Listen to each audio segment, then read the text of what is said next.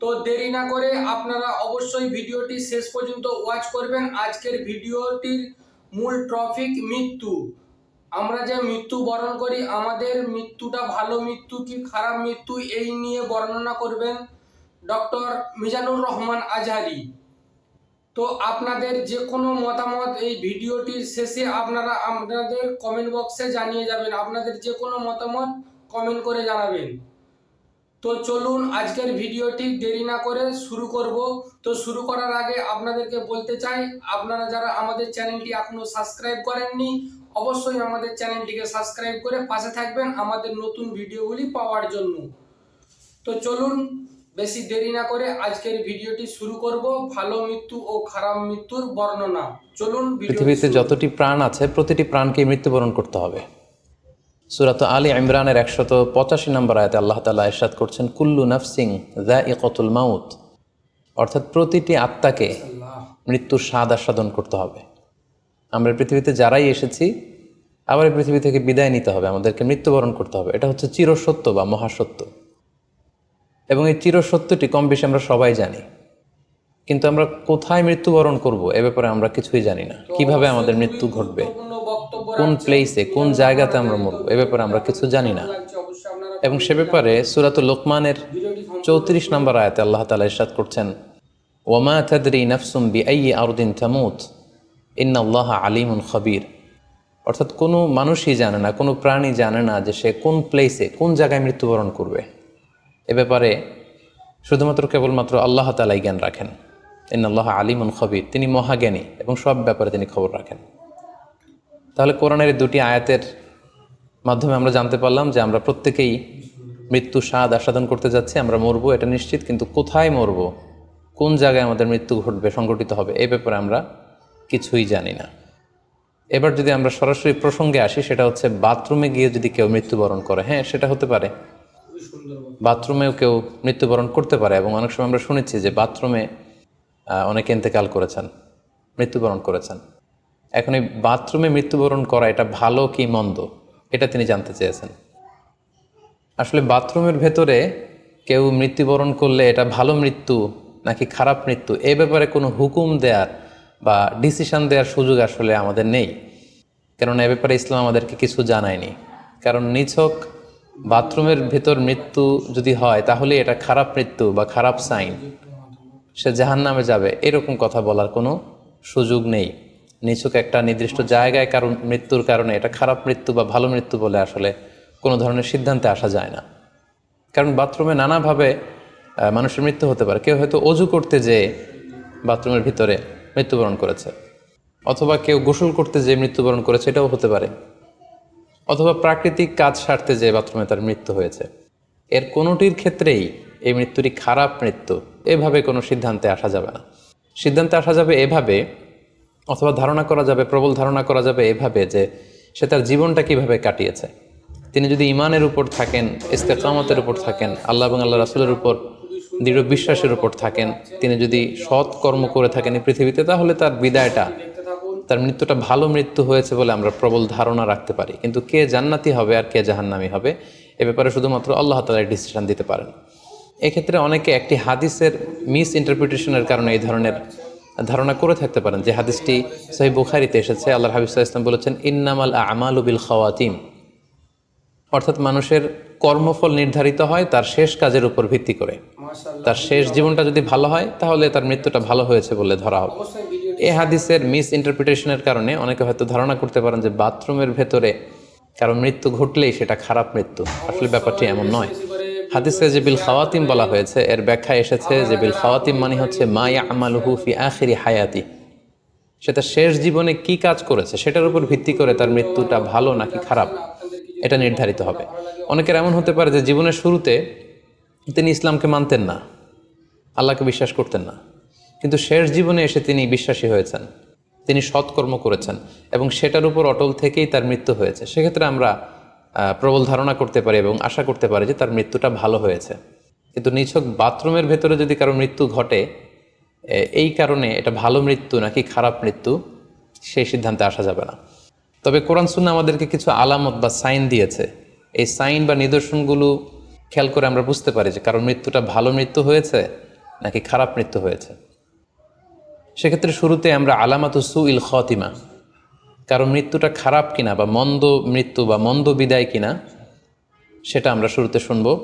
সেক্ষেত্রে আমরা যদি কোরআন সুন্নাহর দিকে তাকাই তাহলে দেখব যে কোরআন সুন্নাহ আমাদেরকে জানিয়েছে কেউ যদি আত্মহত্যা করে মৃত্যুবরণ করে তাহলে এটা আমরা বলতে পারি যে এটা একটা খারাপ মৃত্যু ছিল। কারণ আল্লাহ রাসূল সাল্লাল্লাহু আলাইহি ওয়াসাল্লাম ইরশাদ করেছেন, সহিহ বুখারীতে এসেছে, মান কতালা নাফসাহু বিশাইইন উযযিবা বিহি ইয়াউমাল কিয়ামা, যে ব্যক্তি তার নিজেকে যেই জিনিস দিয়ে আত্মহনন করবে বা আত্মহত্যা করবে কিয়ামতের দিন তাকে সেই শাস্তিই দেওয়া হবে। লেটসে কেউ যদি ছুরি দিয়ে স্ট্যাবিং করে তার প্রাণ হনন করে, জাহান্নামে সে কেবল জাহান্নামের ছুরি দিয়ে নিজের পেটের ভেতরে এরকম ছুরিকাঘাত করতেই থাকবে, এটাই হবে তার শাস্তি। কেউ যদি বিষ পানের মধ্য দিয়ে সুইসাইড করে তাহলে জাহান্নামে তার শাস্তি হবে জাহান্নামের বিষ খেয়ে খেয়ে সেই কষ্ট বা শাস্তি ভোগ করবে। কেউ যদি গলায় দড়ি দিয়ে বা ওড়না পেঁচিয়ে গলায় ফাঁস লাগিয়ে সুইসাইড করে তাহলে আল্লাহ রাসূল সাল্লাল্লাহু আলাইহি ওয়াসাল্লামের হাদিস অনুযায়ী জাহান্নামে সে গলাতে শুধু ফাঁস লাগাতেই থাকবে। তাহলে আল ইন্তিহার মানে সুইসাইড, আত্মহত্যা করে যদি কেউ মারা যায় সেক্ষেত্রে আমরা বলতে পারি যে এটি খারাপ মৃত্যু ছিল, মৃত্যুটি ভালো ছিল না।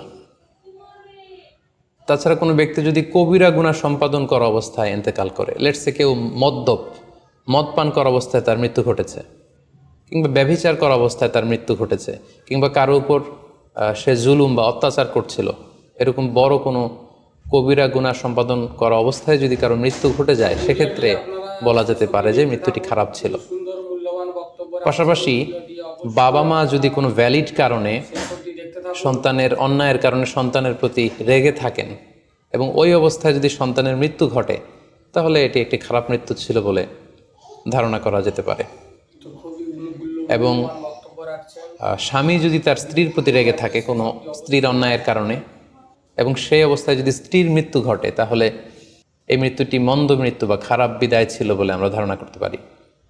সবশেষে বলবো যে কোনো ব্যক্তির মৃত্যুতে যদি গোটা মুসলিম কমিউনিটি আনন্দ প্রকাশ করে, উল্লাস করে, এটাও ওই ব্যক্তির খারাপ মৃত্যু ছিল বলে ধরে নেওয়া হবে, কারণ সবাই তার অন্যায় থেকে, অত্যাচার থেকে, তার অনিষ্ট থেকে বাঁচার জন্য চাচ্ছিল, তার হাফ ছেড়ে বেঁচেছে।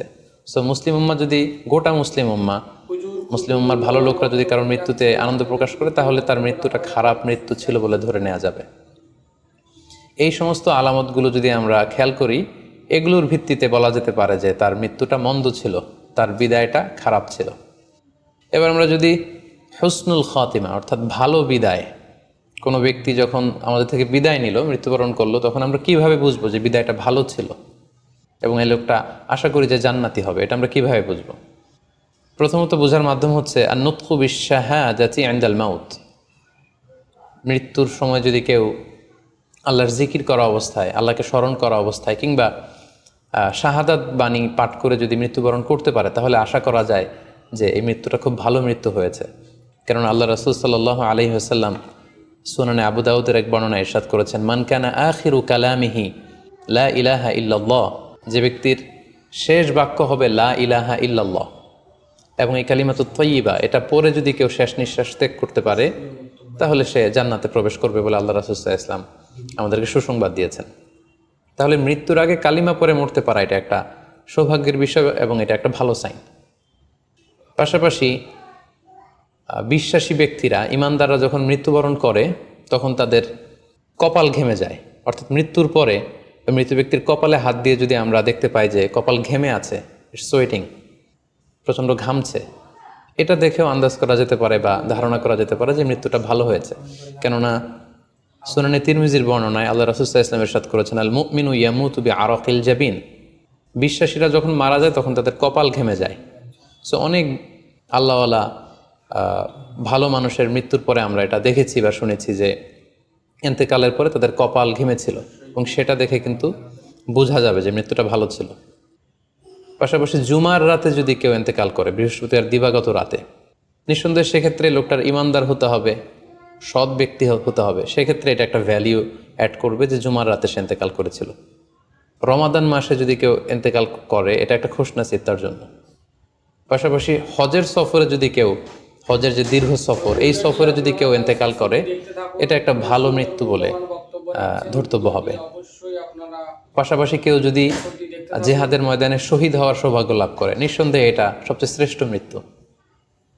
আল্লাহ তাআলার কাছে সবচাইতে শ্রেষ্ঠ মৃত্যু হচ্ছে শাহাদাতের মৃত্যু, এবং শহীদের দেহ থেকে গড়ে গড়ে পড়া, মাটিতে পড়া যে রক্তের ফোঁটা, এই ফোঁটাটা আল্লাহ তাআলার কাছে খুব প্রিয়। সো নিঃসন্দেহে শাহাদাতের মৃত্যু এটা পৃথিবীর শ্রেষ্ঠতম মৃত্যু। এবং সৎ কাজ করা অবস্থায়, মাশাআল্লাহ হুজুর কোনো আমলে সলেহ ভালো কাজ করা অবস্থায় যদি কারো মৃত্যু ঘটে, লেটস সে কেউ তেলাওয়াত করছিল, হি ওয়াজ রিসাইটিং দ্য হোলি কোরআন, ওই অবস্থায় তার মৃত্যু হয়েছে, কিংবা রোজা মুখে ছিল, বেশি বেশি করে সে অবস্থায় তার মৃত্যু হয়েছে, অথবা সেজদায় পড়েছিল, সেজদারত অবস্থায় তার মৃত্যু ঘটেছে। এগুলো হুসনুল খাতিমা, অর্থাৎ ভালো বিদায় বা ভালো মৃত্যুর আলামত। অবশ্যই শেয়ার করুন।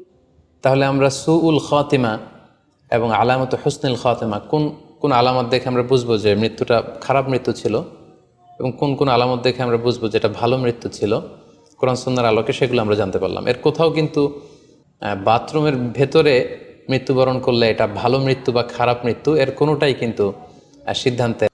তো গাইজ, আজকের ভিডিওটি আপনাদেরকে কেমন লাগলো আপনারা অবশ্যই জানাবেন কমেন্ট করে। তো আমাদের পরবর্তী ভিডিও আরও আসছে, নিত্য নতুন ভিডিও। আপনারা সবাই প্রত্যেককে আরও বেশি বেশি ভালোবাসা দিবেন যাতে আমি আরও এগিয়ে যেতে পারি। তো এই ধরনের ভিডিওগুলি আপনারা যারা আরও বেশি দেখতে দেখতে পছন্দ ভালোবাসেন, তো আপনারা অবশ্যই কমেন্ট করে জানাবেন পরবর্তী ভিডিওগুলি আপনারা কোন কোন বিষয় নিয়ে কোন ভিডিওটি দেখতে চান। অবশ্যই ভিডিওর নিচে কমেন্ট করে জানাবেন। ভালো থাকবেন, সুস্থ থাকবেন। আসসালামু আলাইকুম।